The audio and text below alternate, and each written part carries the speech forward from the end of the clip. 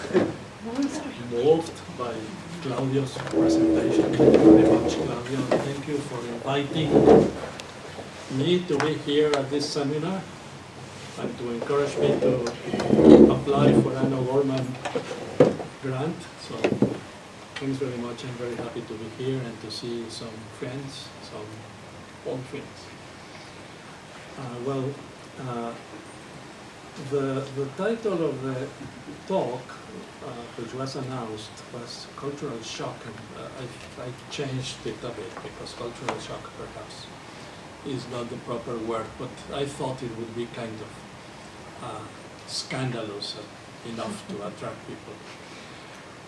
But really it's an ethnographic study of this social program.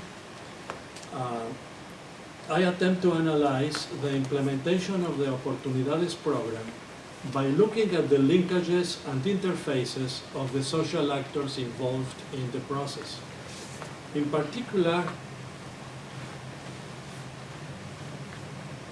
I focus on the interaction between officers and operators of the program on the one hand, and on the other, indigenous families living in cities. Here is a bunch of indigenous kids in the periphery of Guadalajara.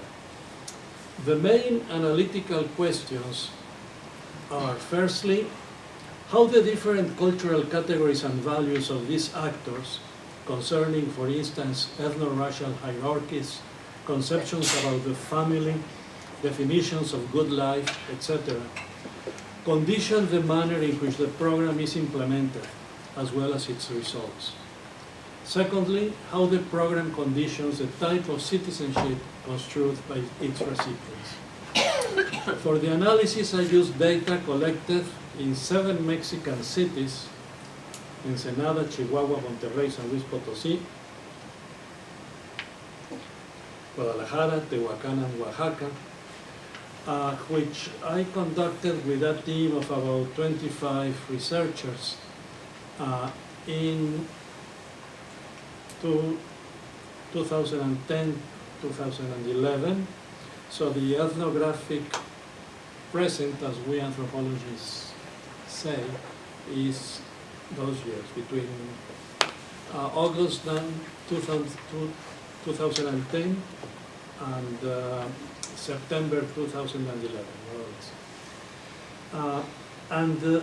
This field research was financed by the Ministry of Social Development of Mexico, which is the ministry which is in charge of this program through the general direction of the program.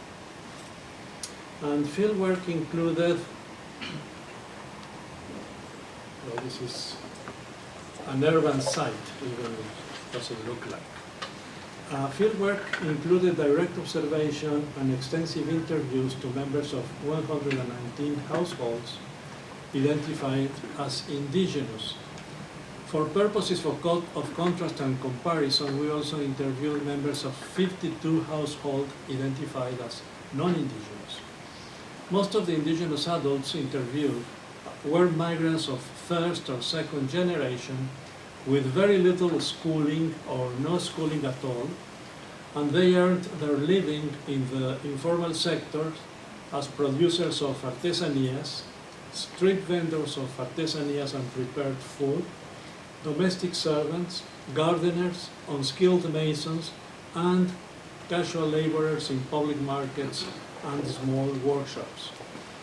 In contrast, many non-indigenous adults we interviewed were born in the city where they lived or in other city, had more schooling, and often have formal blue-collar jobs. Another contrast was that non-indigenous households were occupied by a single nuclear family, whereas non-indigenous households were occupied by a single nuclear family, whereas indigenous households frequently included not only a nuclear family, but also other kin. I refer now to the context in which a discourse of social, I shall begin by briefly referring to the context in which a discourse of social policy gained strength in Mexico during the last decades. Then I shall describe the main characteristics and activities of the program, and finally, I shall present a number of situations of significant interaction. So, I'll say a little bit about the context. Before the 80s and the 90s, really the term social policy was not commonly used. State representatives used the expression development policy, which included these items which are in the slide: public investment in agricultural and industrial infrastructure, subsidies to food production, protective measures and fiscal incentives for enterprises, the monopoly of energy by the government, and the direct involvement of the government in the production of steel and in many businesses considered important or convenient for the progress of the country. In addition, there was also the agrarian policy for distributing land for landless peasants, and the indigenous policy for Mexicanizing the Indians, as well as the education and health policies which aimed at providing some coverage of these services to the whole population.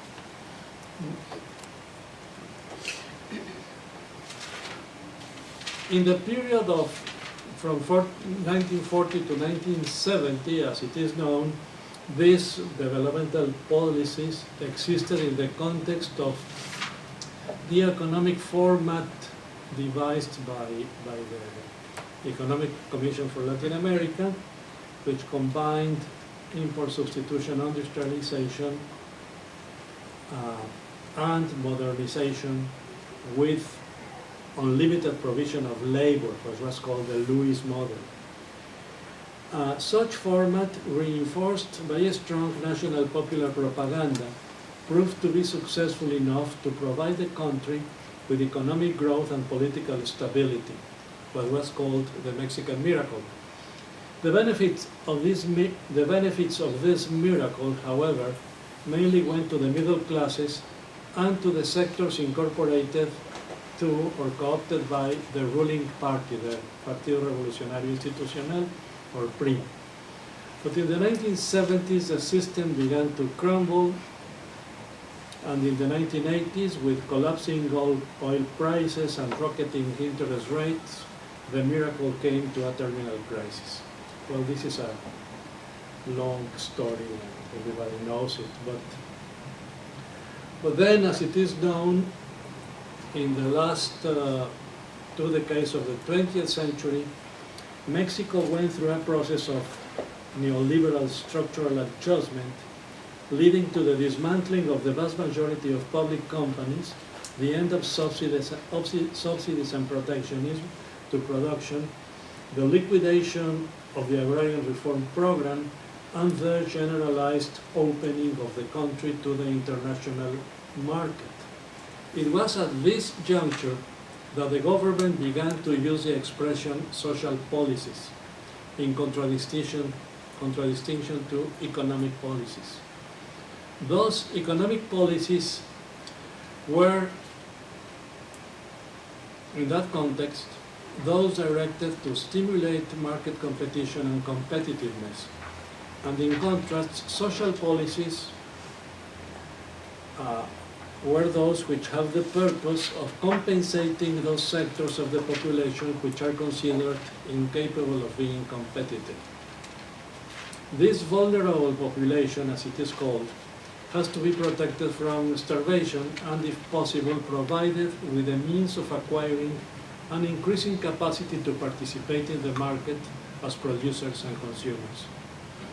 However, the diffusion of this concept of social policy coincided with the wave of democratization which was taking place in many countries of Latin America, even in Mexico.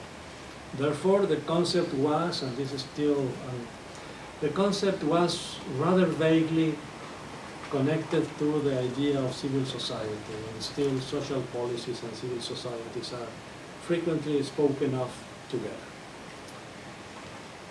During the presidency of President Salinas from 1988 to 1994, social policies were mainly carried out by the Programa Nacional de Solidaridad, PRONASOL, which funded small enterprises in rural areas and was widely accused of corruption and paternalism, and of creating or reinforcing political clienteles for the ruling party. In the period of President Cedillo, 1994 to 2000,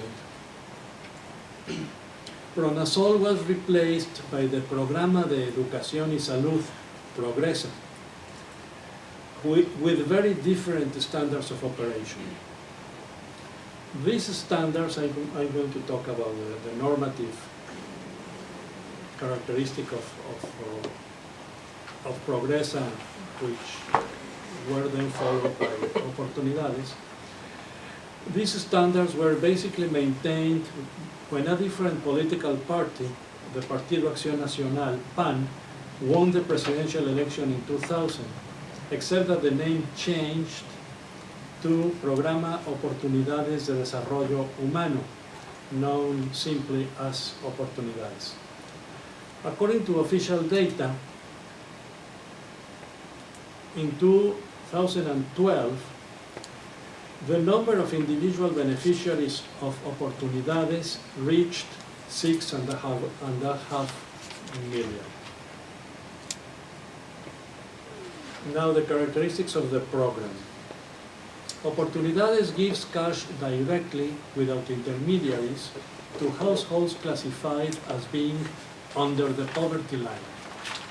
The money is delivered not to the husband, but to the wife, or to the woman who has the role of household head.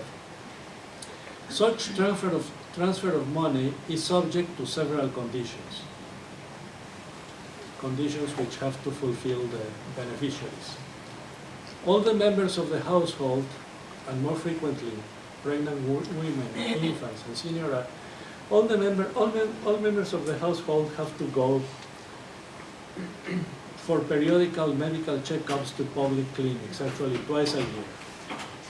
And pregnant women, infants, and senior adults have to go more frequently. Children between 5 and 18 years old have to attend school punctually and proficiently. That means they have to get grades good enough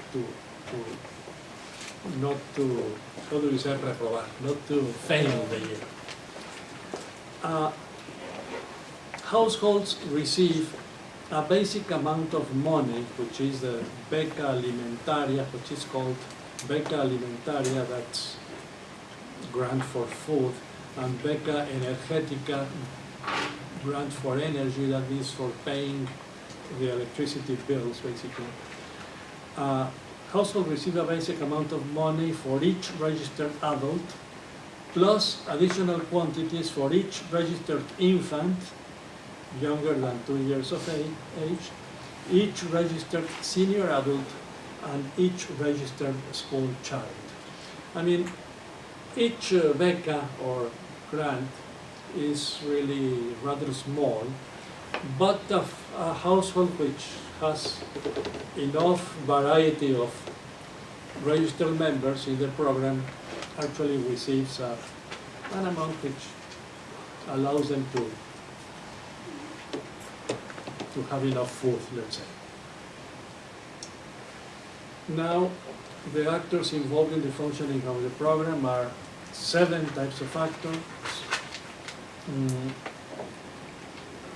The first type is the high executives, the national directors and regional delegates, who are in charge of technical planning, supervision, and evaluation, but they do desk work, although occasionally may visit what's going on in the field.